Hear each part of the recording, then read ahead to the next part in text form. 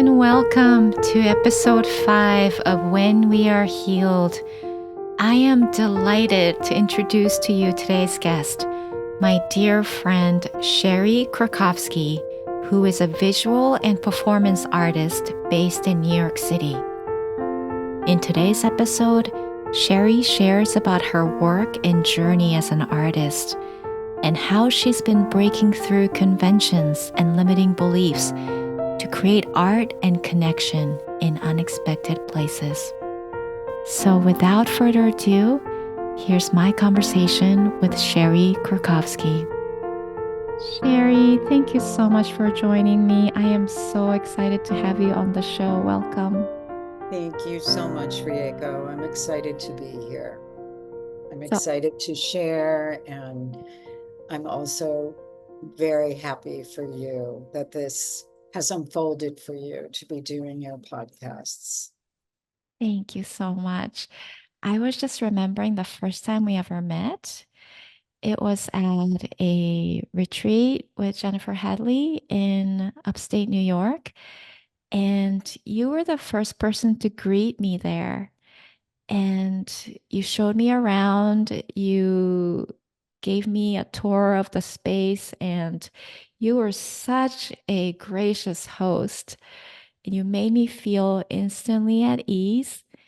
And I am so grateful that we've become friends since then. And we've gone through an incredible journey of growth, both as creatives and spiritual students.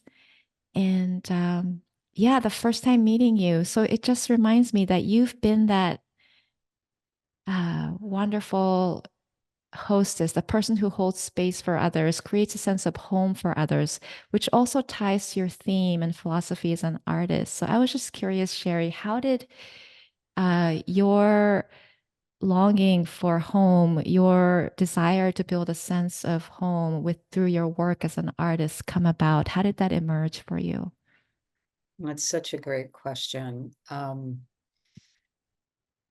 I think to talk about that, I also need to talk about the kind of work that I used to make. I used to be a painter, and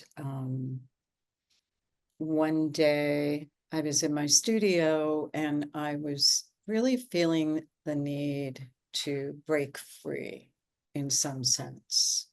And I wasn't exactly sure what that meant, but I really wanted to have the freedom to be spontaneous, to kind of move off the canvas. And I looked around the studio and I was like, I'm just going to pick up all the trash and I'm going to make work out of it. And it was a very spontaneous act, kind of joyful too, in a way, to say, I give myself permission. I give myself permission to move where I'm guided, even if I don't know what that means. And so as I started to do that, and as I moved along making more work that was spontaneous, I knew a couple of things. One, I loved being in the moment, which, relates to theater as well as art. And I loved the spontaneity, and I loved being in my body, in the world, where I am right now in my life. So I felt that I was giving me personally the opportunity to engage in the world in a different way with my work. And that led to me, I was always interested in performative work, performance work, where I'm present, doing this work with others. So eventually it led me to doing pieces on the street, which then transformed and expanded into other pieces, other performance pieces, where I actually took my home into a gallery and lived there for, I think it was maybe 5 days. So that was sort of the beginning of me being in the work and bringing my home public. Yeah, and then from there, I evolved. Wow. So how long ago was this transition into the more spontaneous and performative work? Um, I would say not that long, maybe 10 or 12 years. Um, so I did end up finishing graduate school, going to graduate school, and I did a sort of individual study, and I could create that, and it was performance. So I started doing performances, and just I would stand out in a corner and hand out roses to strangers. That was one piece. I did that in my East Village on the corner of St. Mark's Place, which is gone now. And a new building is being built. And so I sort of love those images of myself handing out roses to people on the street as it used to be. So it's a little bit of history, but it was also just really interesting to see what people's responses were to something free, like a gift, to just a gift, or I didn't need to get anything back. It was just an offering for them. And what were some of the responses that you encountered? Well, there were varied responses. Some people were mistrustful. Some were on their phones and were too busy. But those that stopped and took the rose were, many were delighted. And one of my favorite images, because I got documentation from it, was that there was a sanitation worker emptying a trash can. I handed him a rose and he so graciously took it and stopped for a minute. And there's a photo of us, me passing the rose on to him. And he was just so beautiful and appreciative. So part of being out in the world is you don't always know what response you're going to get. And it's not so much about that, but that is fascinating. It is, for me, it was following through on this idea of 2 dozen roses being handed out that day. So, Wow, that image just brings tears to my eyes. It's so beautiful. That interaction with you and the sanitation worker. So to me, it sounds like you being in the world and your art is almost it's an extension of who you are in the world when the way you interact with people. And I love that your art, your performance art, invites people to participate and they become part of the art with you. And that's something that you can't really receive necessarily from being a painter or just drawing or being a photographer per se. How do you feel about performance art as a medium? Is it your favorite? um, so I like many mediums, and I sort of feel like um, being in the present moment is one of my favorites. And how that translates it, sometimes it's a little bit more like it leans to the theatrical a little bit more, and sometimes I'm doing a project called the Community Kitchen Table. And that's where a table that is actually, I've done this before, it's my kitchen table. And when I say that, it's the tablecloth and the dishes and the teacups and the snacks. I'll get snacks. And that table is set up in a public space. and I invite strangers to sit with me, strangers and friends. And so I think I still have the painter in me, and I can still think about things in terms of painting. I love photography. But for me at this point in my life, there's something about being in the present moment as I am aging. And I mean that in a great way, that sort of. I also have a piece called The Waltz, and that piece is a piece where I've done this, I want to do it even more expanded version. I go out into a public space and I invite people to waltz with me. And in this last theater piece I did, at the end, I incorporated the waltz, and I said, in whatever form my body is in 20 years, when I'm 90, I imagine going out, doing the waltz, and asking a stranger to dance with me, and knowing that I'm free. So the so there's this sort of very broad way that I interpret performance. Yeah, I love that. What you said with your waltz. Oh, I'm just so blown away by the depth of your work, and whether it is conscious or not, the to me your work feels deeply spiritual, and I think creativity is one outlet where most people can relate and join as a doorway into our spirit, a creativity through the act of creating something. And I love that there's no dogma there, there is no jargon there. We just experience it as energy, the creative energy and the mystery of it all. And I'm curious, Sherry, what has your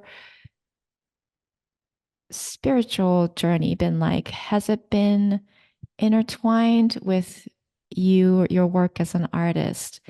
And how has your relationship to your art and also your spiritual practice evolved over the years? That's such a wonderful question. Again, I have to go to the beginning, and I have to say that I had a very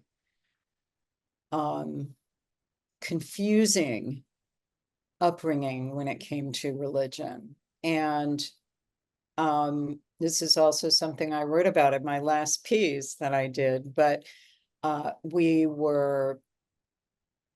was taken to every sort of Christian sect that my mother chose to follow and explore, everything from Pentecostal to Christian Science to some very, very traditional, conservative, fundamental Christian sects. And at one point, we were even Mormons. So you can imagine that was extremely, extremely confusing. And I did have to get to a point where I could let all of it go, because it was very dogmatic, and there were a lot of rules. Christian Science was a little bit different, but it had a little bit more of it has a metaphysical, a sort of things that can be interpreted symbolically, and that was interesting to me. But the other ones were very rigid, for me personally, there was a rigidity, and this idea of heaven and hell, I had to deal with that when I was very young. And what ended up making the most sense to me, and so that I could release it, was something that I did learn in Christian Science was there's no heaven and hell. It's a state of being. It's a mental state. And just from a logical perspective, that made sense to me that, that it was thought, because I could understand that because I had some trauma in my past, and you can see that that can create some very painful things that need to be healed and worked through. So that was the first kind of like, oh, I'm just going to open that up and, let whatever my idea of spirituality kind of, let that go and see what I find. And there were many, many years where I had no conscious connection. Um, but I think I was always interested. I was always curious. And as I got older, I found comfort in a new way of looking at things. So just, I love this idea that we co-create with the creator. Because I believe, the universe to be benevolent, loving, expansive, abundant, just everything is there. It's a matter of how I'm perceiving it and how willing I am to think about things from different perspectives. And learning to give myself the time. I mean, part of the spiritual journey, it was learning to find myself and to trust myself. And I think my work paralleled different phases in my life. But as I started to do more performative work, this idea of, someone once said to me, sometimes your work is ahead of your life. Your artwork is ahead of your life. And I thought that was so interesting because as I moved into these spaces and brought my living room with me or my kitchen with me, I realized that what I was doing in some sense was trying to create a new kind of home and include others in that, because I grew up living in 20 different places. We never stayed in one place. You're always uprooted. So it wasn't until much later that I needed to find my own sense of home. And that was not necessarily in my apartment. So, and here's the other thing, when I'm set up in a public space, and those who are interested, there's no forcing, there's no jokester aspect of it. I am equally there with anyone else who wants to enter into that space of the kitchen table, of one of the rooms I bring in, and we are there together. And nothing is expected of the visitor. But it can be anything, that space. It can be a place to rest. It can be I often bring my own photographs of my mother and my grandmother. And those things are really interesting touchstones for others to talk about their lives and what they remember. And, and that just is so powerful for me. That is so beautiful, the way you invite people to connect with you. And I love that your community kitchen table project allows strangers to pop by if they're curious and get to know you, and you get to know them, and there's a sense of genuine human connection that I think all of us so long for in this day and age. And I love that this is you're offering this as art, as your presence. It's like it's a public gift. It's a gift to the public, I feel like. And I was just wondering if you could tell us a bit more about the community kitchen table. How did the idea come to you? What was the first time you did it like, and how has it evolved? So I think it started with that first piece where I moved my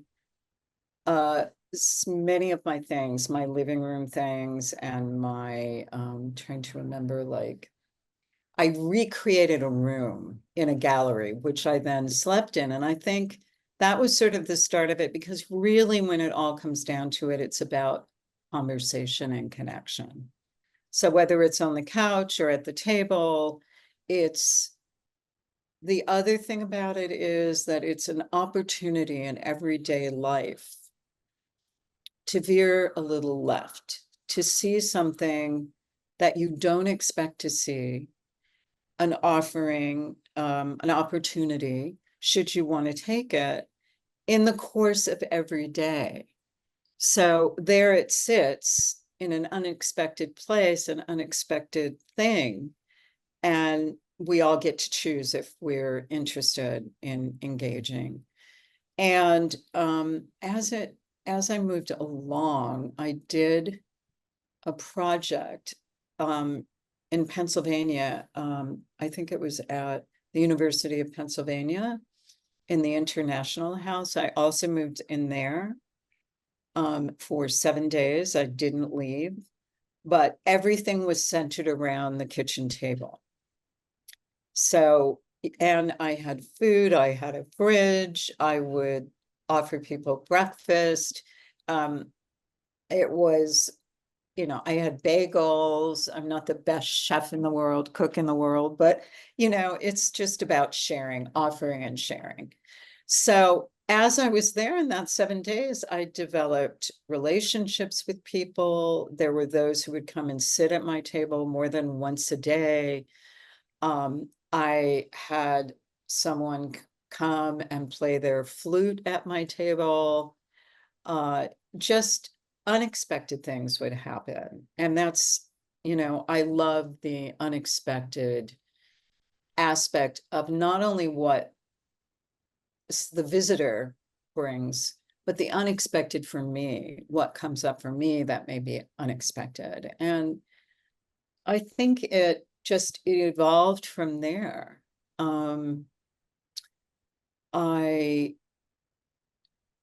I have done the kitchen table in Washington. I was invited to participate in a project. It's an artist's sort of an artist group, and the project is Habitat for Artists, Simon Draper's project. And what he does is he invites other artists to come and participate, and he builds a structure that's sort of, you can do anything you want in it. So he brings artists together, and these are also public pieces, and the public comes. So I set up next to his structure, I set up a kitchen table. And I invited everybody to come, and every kitchen table experience is different, depending on where you are. So it keeps evolving. I've done it in a very small space with 2 people. I've done it in an educational setting also, at a college in Massachusetts as part of a gallery in the college. And it's so surprising, because you think that it may go one way and it goes a completely different way, even better than I expected. And it's really about engaging with others because we all have stories that we want to share. Absolutely. And what I know that you've been in the recent years, you have a desire to focus a lot on this community kitchen table project, right? And I was wondering, what do you think it is that moves you to offer more of this to the world? That sense of connection and intimacy and community. I also think the world needs that. I need that. Um, I think as we become more and more tied to technology, to our phones, to our computers, to all our apps, to social media, I think it's almost there's an there's a lost art feel to it. And I love the idea that we don't know what ideas will be shared at that table. What, what joy it can bring, what solace or just a place of rest it can be somewhere. And I'm also really love the idea that you would find this kitchen table. I would love to expand it further. Find it in places where traditional seating is very different. For instance, in a classroom, generally chairs are all facing the front so that the class is sort of under the auspices of whoever is teaching. I love the idea of shifting that as part of this project, just trying this in one classroom where you get a round table and the teacher, the professor sits around the table with the students and what kind of conversation we can have when the structure of the classroom shifts. I also would love to see this in an emergency room so that those who want to sit for a minute with someone else, have a cup of tea, be able to share something. So it would be interesting to see that, or in a hospital setting where people are very much isolated in their rooms. If there were a spot for those who felt like walking and could sit and have tea and have a moment. So I'm interested in the kitchen table. I'm interested in also shifting certain architectural or interior uh, paradigms. Uh, So, I would love to see this table or this table be dropped or be if there is a place of crisis, a place where there's a natural challenge with nature, that the table could be set up because it can really be so many things. It can feed, it can be a place for kids to draw, it can be a place for people who would never normally sit together to sit together. So I think there's so much possibility. This is so beautiful, Sherry. As you're sharing, I had this image of your kitchen table or the kitchen table everywhere as that microcosm of what a community is, a place where you could just relax and share food and conversations and without any expectation of getting anything done or being productive, proving our worth, Exactly. none of that. It's just a place where people can just be themselves, be present, enjoy each other's company, and really feel that sense of connection, which like you said, is something we all long for and need, especially in this day and age. And I love that the kitchen table is like there is no membership. There is no, you don't have to know anyone. You don't have have to have the same interests in common. It is for anyone who it sparks a curiosity to sit with a stranger and share.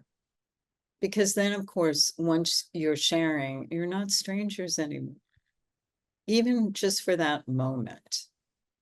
So it is one of my projects, and I would love to see it expand. I am doing it in October. So I'm excited about that on 14th Street. Oh, in New York City? Yes. Oh, Yes. wonderful. Wow. As you were talking about the membership thing and not Mhm. being strangers anymore, I was thinking about the the divide, the polarization in especially in the United States today, and how the digital world, the online world kind of feeds into that, exacerbates that in some ways, making stories very, uh, very this or that, us versus them. And I can see how if people who are on the opposite ends of these polarity could just come together in that kitchen table and just have a conversation and connect as human beings. Like, I think literally, I really believe this is how we end wars. This is how we end all kinds of discrimination and bigotry and divide. I feel so emotional saying that, but I just, it just goes to say, like, I think the work you're doing, Sherry, is so powerful in helping this society heal, helping us heal together. So thank you so much for offering this to the world. Thank you so much, Rieko. Thank you. It means so much to me. Yeah. And I'll take a moment to let this let this emotion move through. Yes. Ah, Yes. yeah. Do you have any favorite stories or encounters from your community kitchen Um, tables? yes, I have one that I absolutely love, which is when I did this at the College of Massachusetts College.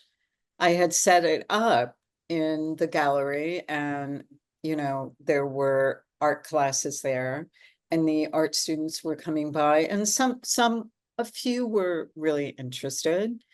Um, One young man told me that it reminded him of home. I believe it was Tibet, and that the whole idea of offering tea was meaningful for him because it reminded him it reminded him of home. And then I think it was the dean of the school came by, and she was like, she she said that, you know, it she was sort of surprised because it also reminded her of her kitchen table when she was young.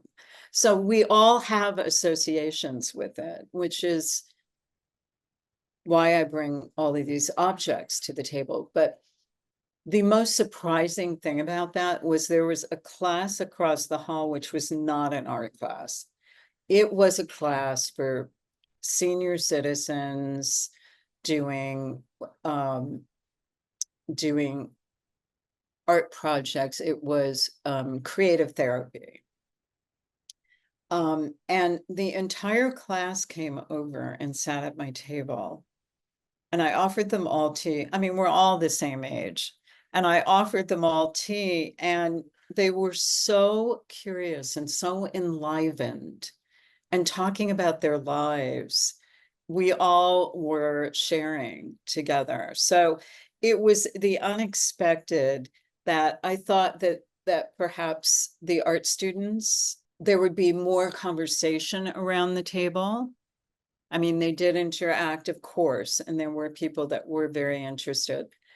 But what happened when the older people came and sat was there was a conversation, sort of, the energy was like a whirlwind between all of us. And I didn't want it to end. It was so wonderful. And so that's also the kitchen table lives in many places. And I love the public, the unexpected, in a senior citizen home. And I mean, it could be anywhere, where people are walking through in their daily lives and they get this chance. I mean, the other thing is, I think it's so important for us to be together physically, to be able to look in each other's eyes, to see where we all are in our path in life and our stage in life. Absolutely. What I was speaking to earlier about the difficulty of forging meaningful bonds or having deep conversations online, I think is exactly that, that there's something that is so powerful about being there together in person. And like online, some people might type a very mean comment to somebody that they would never say face to face. But when we're here together in person, in the flesh, and looking into each other's eyes, it's much easier to see the same spirit in that person, like the shared humanity, the where that they have a story, that the life that they've lived, the person that they are. It's there's there really is something very special and powerful about being together in person, which is There's some magic there. There's some inexplicable,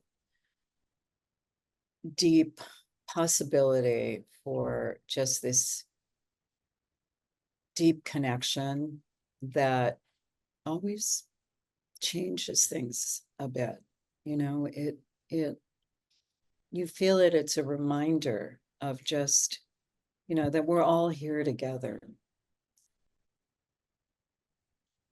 absolutely, we're all here together.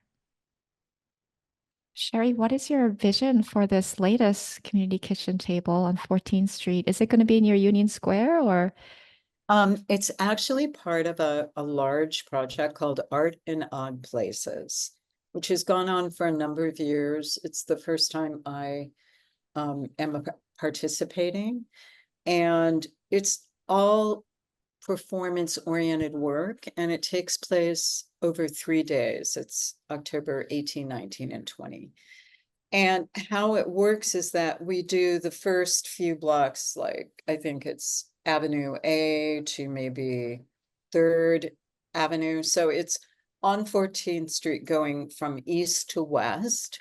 And each day it will be occupied and activated by all of these artists in one section. Then the next day we move on to the next.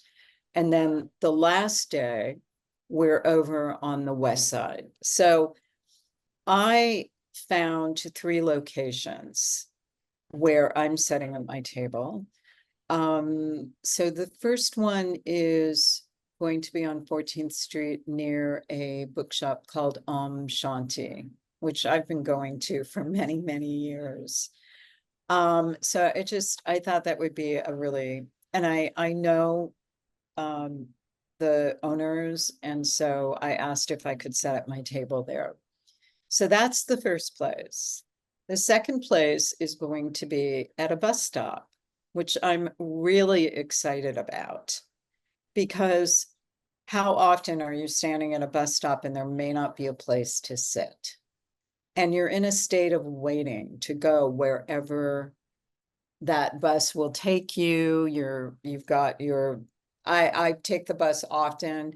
You know, you're lost in your own thoughts, and the opportunity to have this table to sit, to have a cup of tea while you're waiting for the bus. So I'm very excited about that.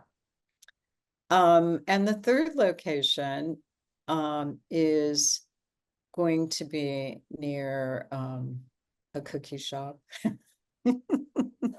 It's oh, I forgot the name of it now, but you know, it's a spot where, because I can't move the table during the course of one day, it needs to stay in one spot. So I tried to find a place that would give people space to move down the street, because 14th Street is very busy, but also have the opportunity to walk over to the table. So you never know how it's going to go, and that's the exciting part.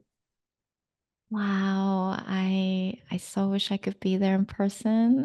Oh, I I wish you just so could too. sparkly. I wish you could too. Yeah. Oh, yeah, I was thinking about while you're sharing, it reminded me of the experience of being on the New York City subway day in and day out, and the sense of kind of a loneliness, should I say, loneliness or disconnect I used to feel often being in a subway car with strangers and all of them engaged in their own, looking at their phone or taking a nap or reading a book and just keeping to themselves mostly. And at one point, I realized, oh, this loneliness comes from the story I'm telling myself that these are strangers. These are people that have nothing to do with me, are not interested in me, and we're all just here in this space together, but that is it. But can you imagine if you just walk into a subway car and saw everybody in there as not as strangers, but long lost best friends or family, even if you've never met before, like how that would change your state of mind being around these people, even if they don't see you as a best friend. That's a beautiful thought. It's a really beautiful thought, because it is so much about our own perspective, our own, what are we thinking? What are we imagining? Um, and getting around that to look at a situation like that, as you've said, as friends or family, just shifts things. Instead of being the stranger in the big city, we can have connection. And there's something else too. So you can have an open heart. When you have an open heart, and I speak from, many times where I did not, but when you have an open heart, what comes to you and the things that you see that you might not have seen or responded to, the offerings that you're getting. And if you're not awake enough, you won't see that. You won't be able to say yes. So, we all, the opportunity to say yes to wonderful things, to expansion, to, creativity, to doing things that are unfamiliar, but finding ourselves in a new place because we've done it. So that, opportunities, Ah, creativity is everywhere in all of us. yes, it's everywhere. It's in all of us. Yes. So, Sherry, I'm curious, you just mentioned a time when your heart wasn't so open.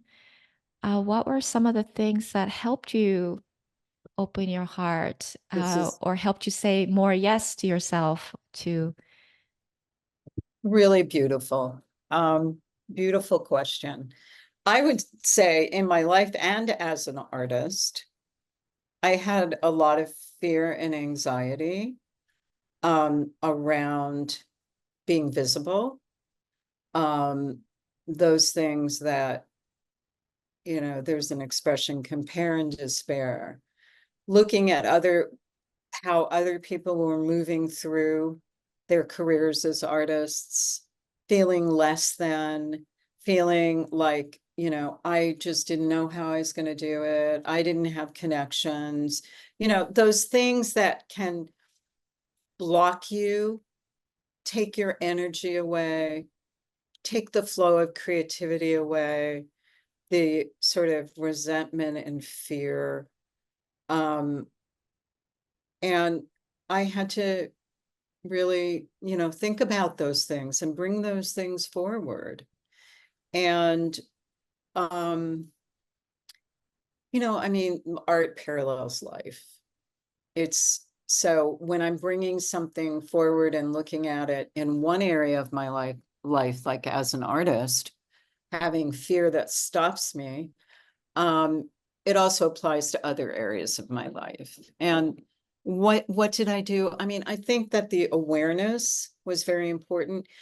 Um, you, as a counselor, I actually I had sessions with you about creativity because you offered a place where it wasn't about what am I doing? What was the last thing I did as an artist? And how am I going to produce? And it was a place of kindness and love to talk about as an artist, these challenges. How was I going to move forward? And, you know, um, so what I'm saying is you created a space to be able to talk about these challenges in creativity as an artist. And there were things that I found that were very encouraging. I did The Artist's Way at one point, not all of it, part of it. And Big Magic is an incredible book. You'll remind me of the author. I can't remember, but Elizabeth Gilbert. thank you. That is an extraordinary book. So those things helped me to feel more connected to other creatives. Because, and I also, so part of that expansion came when I realized that, no, I don't need to have a specific connection. I don't need to have a specific uh career path or, you know, uh that that I believed, I believe because I believe in a loving universe, that there would be support for me, even if I couldn't see it, even if it didn't come in a more traditional way. I mean, part of that was, I was never really able to get a gallery show. I don't blame anyone. Because we're all on our path, and there were just things that I also felt as a personality in these art situations, that I was extremely shy and, felt like I didn't say the right thing so what happened through this transition and also being more performative rather than object oriented was I could do those performances anywhere. I didn't need permission.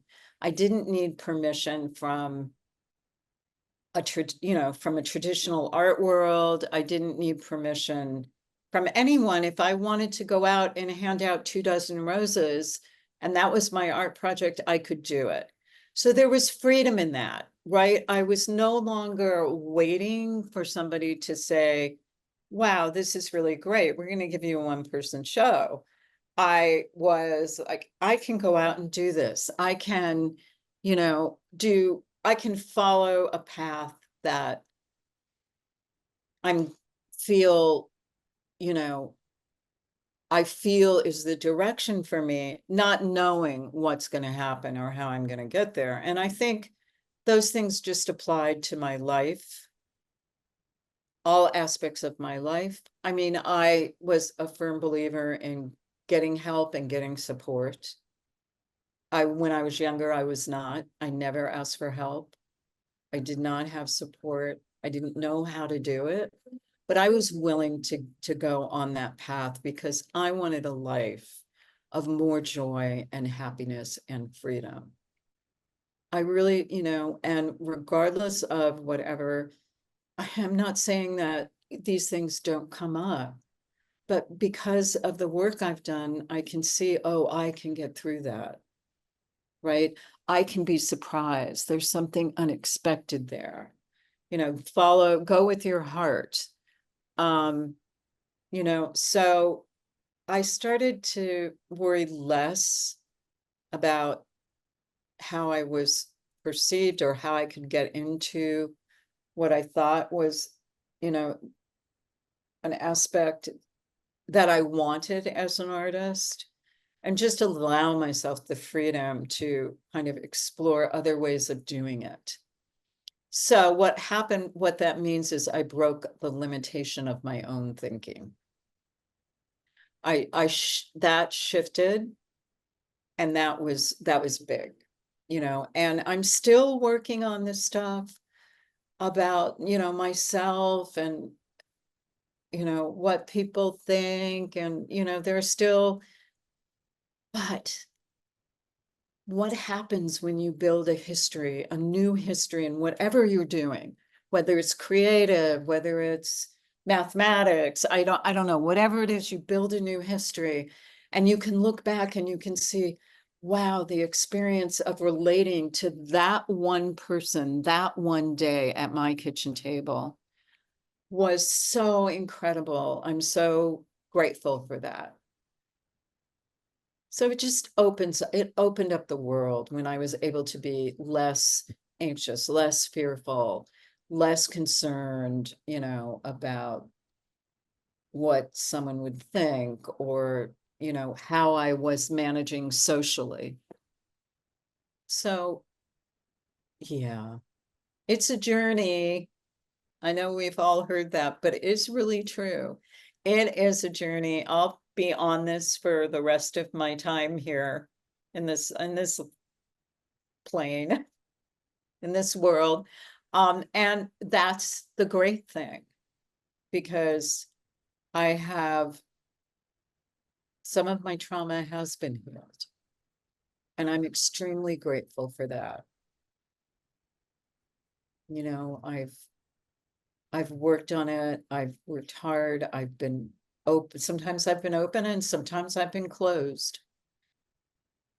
And, the other thing, the last thing would be that, these incredible experiences, they're really, these gifts are amazing.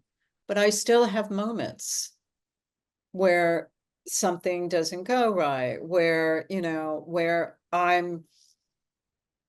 stay in the house. And I think to be able to embrace all of that without judging myself is a gift. It's not about like everything is perfect every day. And it is having all these tools and being able to be kinder to myself as I move through my life. Yes, yes, yes, yes.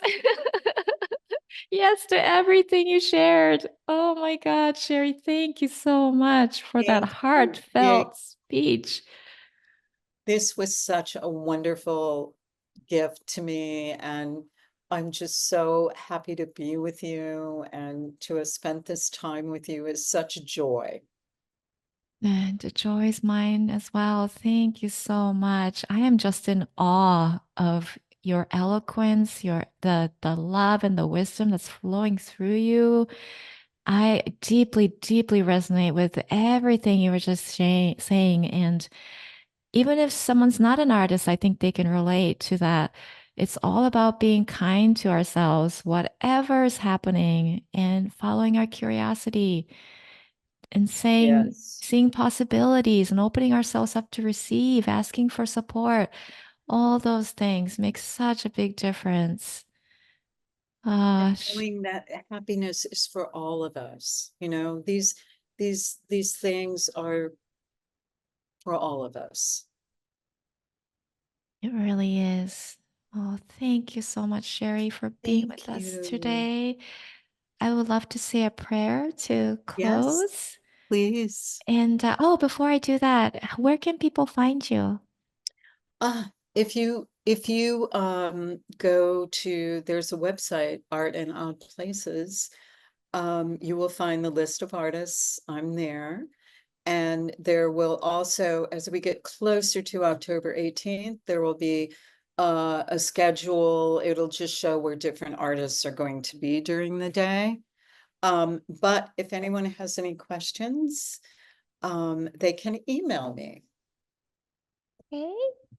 And they can find your email at your website. Yes, my website, cherekrakovsky.com. And you're also on Instagram. Chere Krakovsky Studio, I Studio. believe. I think it's Chere Krakovsky Art. Oh, thank Is you, it? Rieko.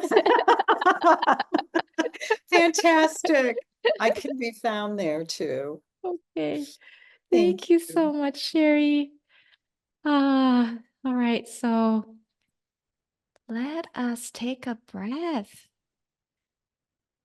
with so much joy and gratitude for all that was shared here today. Thank you, Sherry, for inviting us to rest in this joy of being curious about the possibilities of every moment, the opportunities to make connections with one another and have meaningful conversations, gathering around that kitchen table and just showing up as who we are without any expectations, without any agenda, without anything that we have to do or prove. This is where souls meet. This is where our hearts meet. And this opportunity to create our own kitchen table is everywhere. And so, with so much gratitude for the work that Sherry is offering the world, and for all the people, all the light workers who are creating these spaces for connections and conversations and creativity, I affirm that we are one. We're in this together. We're healed together. I celebrate it. I let it be. And so it is.